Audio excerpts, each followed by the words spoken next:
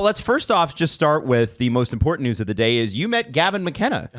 Yes. So yesterday, which I guess was a Wednesday, I traveled to Chicago. The NHLPA annual Upper Deck Player Showcase was happening. Now, typically this is something that happens in late August, early September, but they moved it up to the middle of the summer. And it was in Chicago, where the last few years I think it was in DC. And so, yeah, it was kind of an under-the-radar kind of opportunity. I thought, hey, let's go to Chicago and go see him and introduce myself and see what his summer's been like. And well worth the trip. Okay, what's he like? Really happy to do it. What's he like? Nice guy, really nice guy, down to earth. You know, he was kind of going through the car wash with some of the stuff that he had to do on the ice. But, you know, he kind of mentioned it's been a bit of a whirlwind for him. Kind of admitted that it's going to be what he thinks will be the busiest summer of his life from a professional standpoint, just because of the draft, all the other demands on his time. And so now he's back. He's probably shooting some endorsements now, too. Like, he must have some endorsements. Like he is an Upper Deck guy. So, okay. So Bauer guy, too. So Bauer guy. Gatorade better swoop in there. So he's already reaping some of those benefits, but really grounded, really impressed with what my takeaway. So since you're terrifying, Mark Masters, Terry Koshan, terrifying guy, Mike Zeisberger, scary. Power of power, that guy. And Jesse Blake, who is the biggest bully of them all. Right. I don't count. Do you think? Yes, you do. Do you think that he'll be able to handle it? Oh, Because yeah. Connor McDavid said he'll have his hands full. Well, I was like, Connor, you play in Edmonton. look, he'll be fine.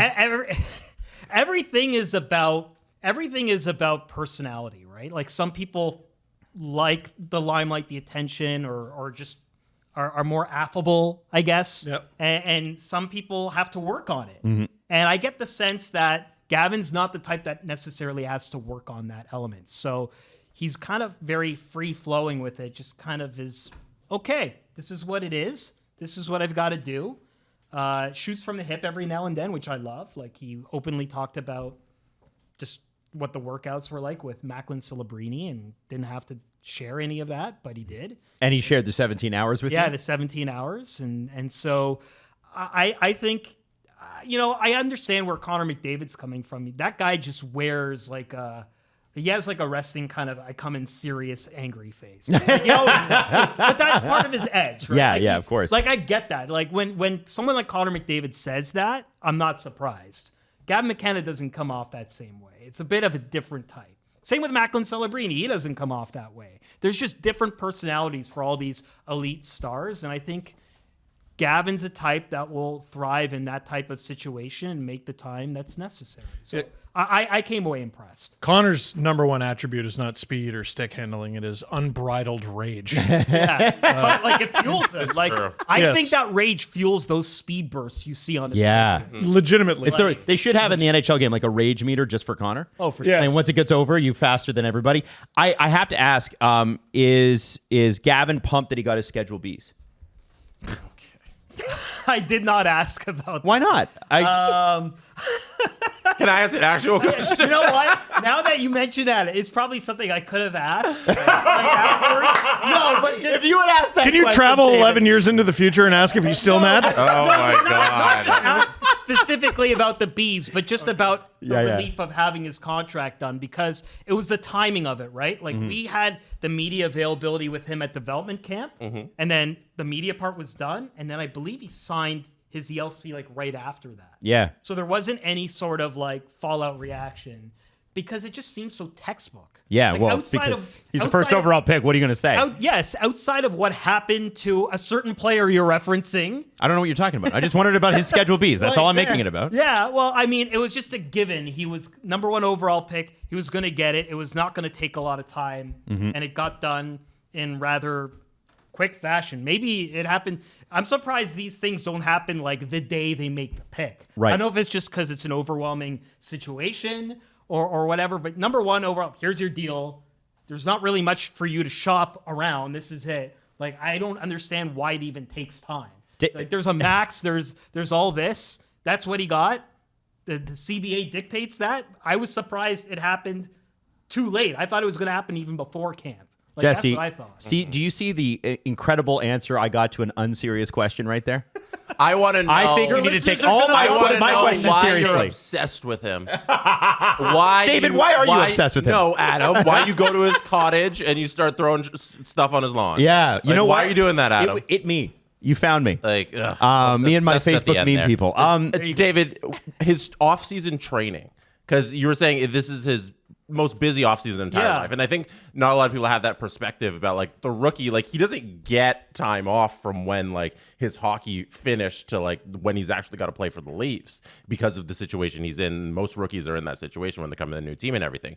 But so he's been doing some offseason training with some NHLers. Yes. Give insight on that. Yeah. So Macklin Celebrini, a lot of the Vancouver, I think it's called Elite Hockey Crew. I can't remember the name, but he's got Macklin Celebrini, Connor Bedard before he got hurt. Or after, before he got hurt, and a bunch of other just Vancouver NHLers that are kind of situated there that they're skating and they're working, but he's taking a lot after Macklin Celebrini. I think game recognizes games. He sees how Macklin Celebrini has excelled.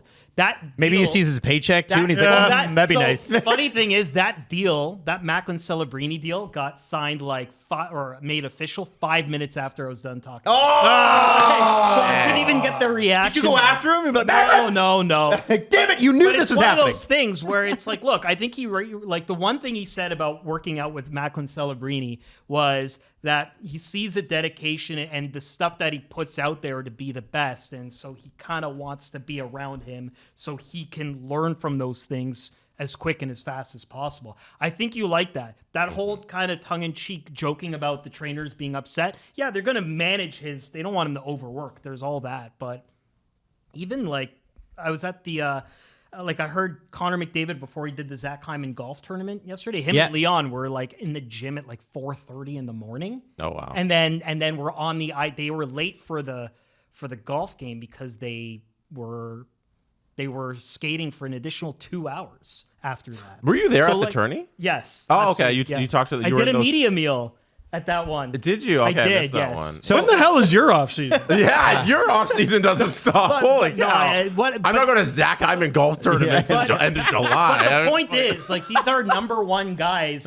or like Leon Draisaitl isn't, but like Okay, elite well, guys. Edmonton has just got on a WestJet flight to burn down your house. Yeah. What do you mean, Leon Draisaitl's I mean not a number one guy? overall. Okay. Yes, I mean number one overall pick. Okay, Yeah, all right. Yes, Yeah. I mean, I think they look at these are the type of things that these guys have done. Sure. So we've got to do it, and he's saying and doing all the right things. Now, I got the sense at the development camp he was a little tired. Like he didn't in the scrimmage. He didn't look like. Well, 17 hours on the ice. No, Burn but you out. this was earlier, Oh, right? okay. But I think that was just because of all the hype, all this stuff. He hadn't been on the ice. Like now he's finally on the ice. He got started his offseason training way late because of all the pomp and circumstance that came with being the number one overall pick, the endorsement deals, all that other stuff. That now he's putting in that time and all the clips that you're seeing.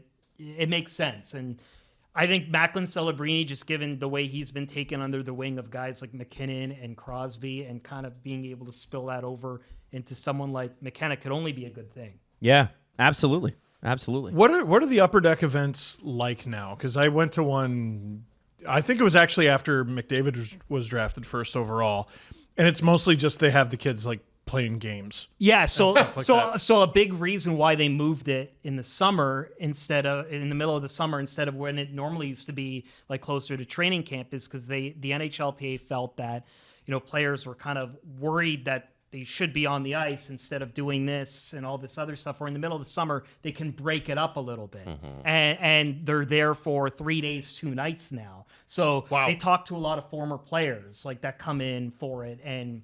Just learn. And because of that element and because there's more time, they felt that a lot of these prospects were a lot more engaging and asking more questions than they normally would about what the life is going to be like and some extracurricular stuff like going to a baseball game after and doing some of that other stuff that kind of breaks away the training, but also they don't feel tense because they know training camp's around the corner.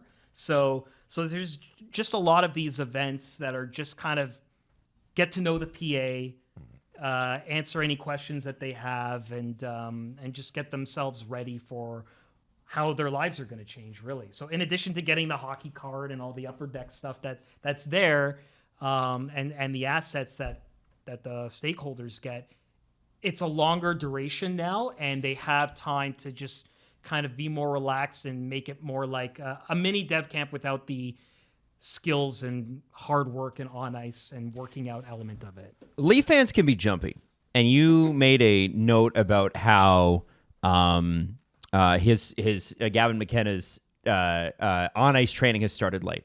That's going to be the thing that the aggregators grab and say, oh my God, he's going to be out of shape for camp and it's going to freak people out. And because we don't have a follow-up episode, I do want to at least, David, you're not saying Gavin McKenna is showing up to camp out of shape.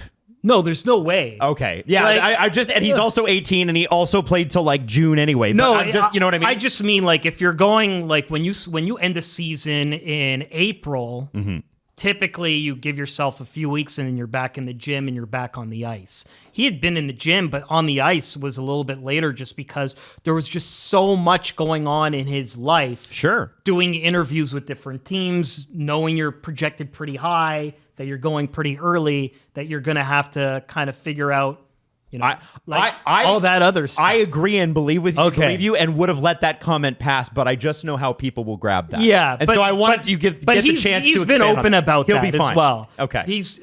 I just mean at the scrimmage, it looked like he wasn't playing like gangbusters in the one scrimmage at the end, but I think that was because there was just so much of the demand of that week.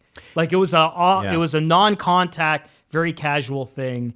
So people will develop. Yeah, no one's going to judge a scrimmage, but everything you see now, it's like, okay, well, he's had some time to rest. He's showing off the mitts. He's working out with top elite players. This makes sense. I get.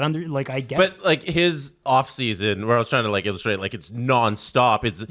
He didn't go to Portugal. No, and have 2 No, weeks. it was all He's not on Mbappe's yacht. Yeah, like he's doing media, and then he's meeting yeah. with the team. Then he's got to film this thing with the Leafs, and then he's got to do his gym work, and then he's on the ice. Like it's nonstop. That's why he coined it as the busiest summer of his career. Probably will be because he won't have to deal with 3/4 of this stuff next year. Yep. Right? Like He might have a parade. Hey. Oh, if he has a long season due to that, then that's fine. Hey, did you like the thing you just watched? was it hilarious? Was it informative? Was it me losing my mind? Possibly. Potentially. Most of the time it is. Hey, listen, if you like what SDPN has to offer, you should check out more of our videos and subscribe to our channel by clicking subscribe, or Steve will find you.